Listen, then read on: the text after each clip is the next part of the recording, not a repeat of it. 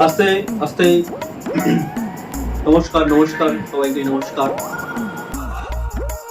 এখন আপনাদের সামনে বক্তৃতা দিতে আসছে ডাকাত দলের সর্দার রঘুদা। শান্ত ভাই বসুন, ওনার মূল্যবান বক্তৃতা আপনারা শুনতে পাবেন। আসেন।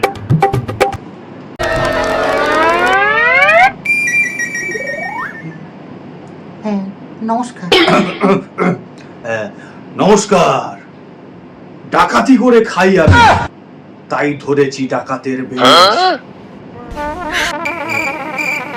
মানে পরেরটার মনে পড়ছে না, তাই এখানে বললাম শেষ।